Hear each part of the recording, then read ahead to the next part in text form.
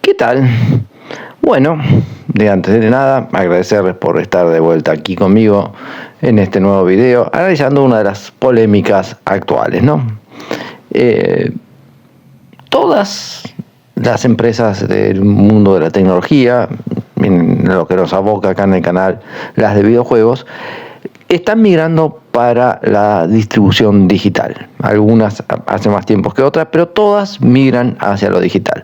La digital elimina intermediarios, eso hace que los costos sean menores, y en una empresa, en un mundo, en un ambiente, un mercado que todos los costos están subiendo mucho, el reducir costos no es una opción, sino es una obligación. O sea, todo el mundo reclama las Game Key Cards de Nintendo, pero Nintendo es la última a haber entrado en esta marcha. Pero los juegos cada vez son más caros, las tecnologías de soporte físico son cada vez más caras, las tecnologías para desarrollar los juegos son más caras, los profesionales que trabajan en las áreas, sobre todo de computación gráfica, tienen sueldos cada vez más altos. Entonces, el desarrollo de un juego es cada vez más alto, más caro. Y los precios de venta no pueden subir acorde a cómo suben los costos. Es una realidad. Si los precios de los juegos subiesen de venta al mismo valor y la misma velocidad que subieron los costos de producción de los juegos, hoy serían muchísimo más caros. Entonces, la digitalización es una de las opciones que las empresas están usando para disminuir sus costos. Yo no estoy diciendo que está bien o que está mal, pero es una realidad. No la podemos evitar. Al no haber una cadena de distribución, significa que vos no tenés que fabricar tu juego, o sea, no tenés que tener una fábrica para prensar los DVDs y grabarles el juego, después otra fábrica para hacer la caja, otra una imprenta para hacer las carátulas, un lugar donde empaques todo junto, después mandarlo por barco a las distribuidoras de distintos países, esas distribuidoras se lo lleven a distribuidoras más chicas muchas veces, o directamente a las tiendas, dependiendo de cada mercado. Vos terminás todo ese proceso y compensás un poco el aumento de costo de producción de los juegos. Es justo, es correcto, no está en debate acá ahora, eso es para otro video y probablemente no en mi canal. Entonces, la migración a la digital no es simplemente una cuestión de avaricia de las empresas, sino también ya es una cuestión de necesidad. Ellos de alguna forma tienen que cortar gastos para que la cosa siga funcionando. Entonces, la venta digital es algo muy importante porque ellos quieren que eso suceda y porque en realidad también ya está sucediendo. Muchos usuarios, por practicidad, han optado por la distribución digital. En otros casos, por costo. No nos olvidemos que con el auge de la distribución digital a principios de este siglo, en América Latina el precio de los juegos bajó muchísimo. Todo el mundo dirá, son caros, pero eran más caros antes. Y bajó mucho, y eso se lo debemos agradecer a la distribución digital. Ojo, yo soy uno de los defensores del formato físico. A mí me encanta comprar mis juegos en formato físico, tenerlos en mi colección, pero no puedo negar que la distribución digital tiene sus ventajas. Tiene sus desventajas también, que son las con las cuales yo me aferro todavía al formato físico, pero tiene sus ventajas también y no hay forma de negarlas. Sería muy estúpido de mi parte negarla solo porque a mí me gusta el formato físico. Entonces, la distribución digital es una realidad. Está ahí y las empresas, obviamente, tienden a buscar sus beneficios. Algunas veces lo hacen de forma más correcta que otras. Y estos días apareció un DRM. El DRM es una de las formas que las empresas hacen para impedir que se hagan copias ilegales de los juegos digitales que ellos venden. En la PlayStation 4 y en la 5, y apareció de una forma muy rara. O sea, Sony no le avisó de forma abierta al público en general que iba a necesitar un doble chequeo en sus compras digitales. O sea, antiguamente, con todos los juegos anteriores a la fecha, ahora se me fue cuál era la fecha, la tenía acá anotada y perdí la anotación, pero en estos días del 2026, vos comprabas un juego digital en la tienda de la PlayStation y el juego ya era tuyo automáticamente para siempre, mientras lo tengas descargado e instalado en tu computadora o lo puedas volver a descargar de los servidores de Sony. No voy a entrar en la polémica de cuando se caigan los servidores, qué va a pasar con los juegos. Eso es para otro video. Así es como funcionaba.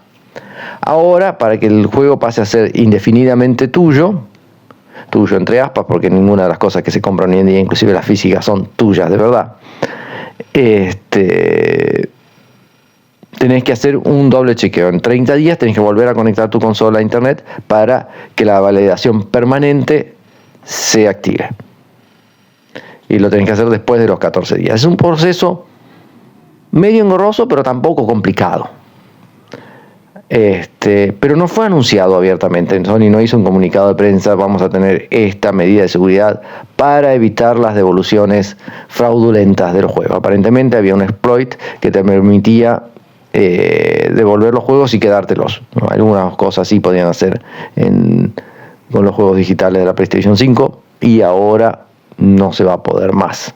Teóricamente con este DRM, esa es la idea del DRM. Entonces,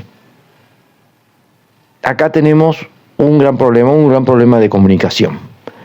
El asunto se descubrió a través de usuarios que comenzaron a tener problemas y se difundió a través de Reddit y se creó un debate sobre qué es lo que estaba pasando. Durante mucho tiempo todo el mundo pensaba que ibas a tener que conectar tu consola una vez por mes para que tus juegos digitales, conectarla a internet, para que tus juegos digitales sean válidos.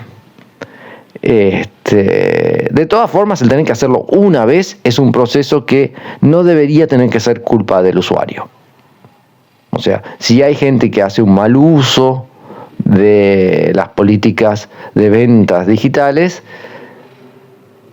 tiene que ser combatido por la empresa que lo fabrica, por respeto a los contratos comerciales con los terceros. Y al fin y al cabo, si Sony te vende en su plataforma un juego, Sony, Nintendo, Microsoft, Valve, quien sea, y después, debido a que te lo venden en la plataforma, la gente lo piratea de alguna forma, ya haciendo una devolución ilegal que te hace que te devuelvan el dinero, entonces la empresa que hace el juego no ve el dinero, o pirateándolo, haciendo copias más allá de la copia original que se compró, etcétera, es un problema para la empresa que ofrece el servicio de venta, porque sus socios comerciales que están vendiendo a través de esa tienda se ven perjudicados. Entonces ellos tienen una obligación contractual de combatir ese tipo de cosas. Entonces, hasta ahí estamos todos de acuerdo que Sony está en su derecho y en su obligación de combatir ese tipo de actividades. Sony, Nintendo, Microsoft, Valve, Epic, quien sea donde vos estés comprando tu juego digital.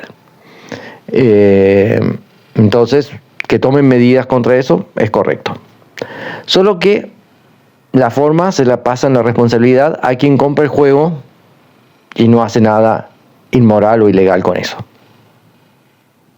Ese es un asunto reprochable. Pero el problema está en cómo eso se divulgó. Vos mirás, es la prueba cabal de cómo la prensa es servicial a Sony.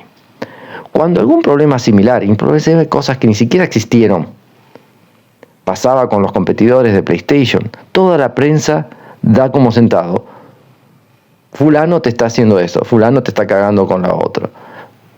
Ya sea Microsoft, ya sea Google, ya sea Nintendo, ya sea los móviles, todos los que pudieran competir con Sony, si hacían alguna cagada, o a veces se sospechaba que hacían, ni siquiera la habían hecho, era tajante: te lo están haciendo. Cuando Microsoft quiso implementar un DRM parecido a esto en la Xbox One, donde vos tenías que tener tu consola conectada, no se sabía cómo, no se llegó a explicar si iba a ser todos los días, cada tanto, etcétera, etcétera. Salieron con la Xbox va a ser always online. Ni siquiera se sabía si iba a ser necesario ser always online, pero era siempre, todos los días va a tener que estar conectado, si no, no ibas a poder jugar. Y cuando se rumoreaba, inclusive eso, antes que Microsoft anunciase que ellos iban a tener que, los jugadores iban a tener que autenticar sus juegos online, que me pareció una cagada, que pero no explicaron cómo. La primera empresa a patentear un sistema de esos fue Sony. La primera patente que hubo sobre eso fue de Sony. En la época, las third parties que hacen AAA estaban muy disconformes con el mercado de usados y entonces querían combatir la venta de juegos usados. No es correcto, pero es lo que querían hacer. Y entonces los fabricantes de hardware, o sea, Microsoft y Sony, comenzaron a buscar formas de impedir que la gente venda sus juegos posteriormente. Y la primera a patentear eso fue Sony. Y Sony instruyó a sus distribuidores a informar cómo iba a funcionar a sus vendedores. Yo conozco un gerente de una de las tiendas más importantes de videojuegos, sobre todo de la época, del 2011, 2012, cuando salió la PlayStation, 2013 salió la PlayStation 4. Bueno, allá por el 2013, final del 2013, final del 2012, principios del 2013, él me contó que fue llamado, ellos eran distribuidores de PlayStation acá, a un certamen de capacitación para cómo se iba a vender la PlayStation 4 y le contaron que los juegos iban a tener que tener autenticación online, tanto en Xbox como en PlayStation, que ellos iban a implementar esa medida. Eso 6 meses antes del lanzamiento de la PlayStation 4. O sea, Sony va a hacer lo mismo que Microsoft. En algún momento echó culo porque se dio cuenta que iba a ser una cagada y Microsoft no se dio cuenta y hizo la cagada. Pero ellos lo planteaban. Y la prensa no hablaba de ello. Y los propios distribuidores de Sony sí lo estaban haciendo. O sea, hubo un intento por parte de PlayStation, era sabido y la prensa no se enteró. No se enteró. Y se enteró del de Microsoft, que ni siquiera había sido anunciado todavía, porque ya se hablaban de eso desde antes. Pero la primera que patenteó fue Sony. Después, Microsoft para el lanzamiento de la Xbox volvió atrás, la Xbox salió sin eso, y la prensa apenas dijo que Microsoft echó culo. Y después, la primera empresa a tener que validar sus juegos online fue Sony con el Gran Turismo. Transformó un single player en un multiplayer online que requería que el juego estuviese conectado a internet para funcionar. Y todo el mundo se quedó callado. Y ahora lo mismo, lanzan un DRM que te obliga a conectar a internet para validar tus juegos y como no había un comunicado oficial de Sony, la prensa, ¿qué es lo que hace? Hace especulaciones, pero siempre con mucho cuidado. Nunca acusa a Sony de te está haciendo esta cagada. Muy diferente del tratamiento que hicieron con Microsoft, con Nintendo, por ejemplo con las GameKey Cards. Hablan un montón de cosas, que Nintendo quiere reemplazar los cartuchos por la GameKey Card, que no es nunca la intención de Nintendo. Nintendo solo le planteó la opción a las desarrolladoras que quieran poder lanzar su juego de una forma física sin tener que pagar el alto costo que tienen las tarjetas debido a la escasez de memoria que hay en el mundo. Pero la prensa dice Nintendo quiere acabar con el formato físico. No, Nintendo no quiere acabar con el formato físico. Nintendo está migrando al digital como todos están haciendo y es la última a haber entrado, es la que más defendió el formato físico. Pero Nintendo quiere cagar el formato físico cuando la primera a cagar el formato físico, ¿quién fue? PlayStation. Pero tienen que echarle la culpa a otros. Y ahora, quien está implementando un DRM abusivo, los avisan, analizan de una forma. Yo creo que así deberían analizar todas. O sea, el análisis que han hecho sobre la problemática del DRM de PlayStation fue muy bien enfocado por la prensa de videojuegos. Lo analizaron como se tiene que analizar un problema de esto. Cuando era solo un rumor, ellos buscaron fuentes de información para poner las cosas tal cual como son. Muy diferente de cómo tratan rumores de otras empresas donde intentan exagerarlo, repiten el mismo origen de un problema, lo presentan como si fuese otro, nunca chequean para ver si son la misma o no, y a veces están hablando de 20 defectos cuando son una misma persona que salió por 20 lugares diferentes y lo necesitan como 20 fuentes diferentes. Acá no, acá hicieron todo lo que el manual de un buen periodista manda. Investigaron, confrontaron hechos, mostraron las cosas y siempre fueron cautelosos antes de hacer cualquier afirmación y nunca acusaron a Sony de hacer algo malo. Ahí está el problema. así como se comportaron con Sony esta vez, deberían haberse comportado todas las otras veces que pasó algo. Pero solo lo hacen con Sony.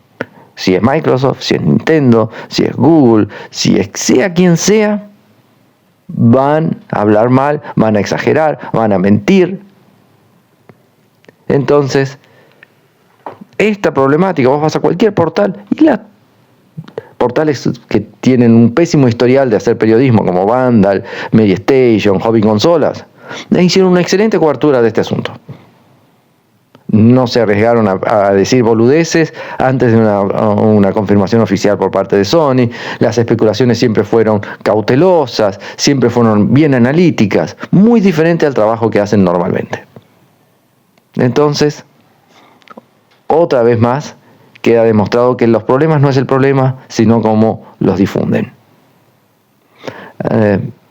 Da mucha rabia que al fin y al cabo creadores de contenidos, chicos, gente que no tiene la infraestructura para hacer las investigaciones y todo eso, al fin y al cabo sean más verosímiles que medios que están hace décadas en el mercado, que tienen infraestructura, tienen auspiciantes, tienen personal, y al final son solo medios de propaganda de una sola empresa. Gracias por acompañarnos, hasta la próxima.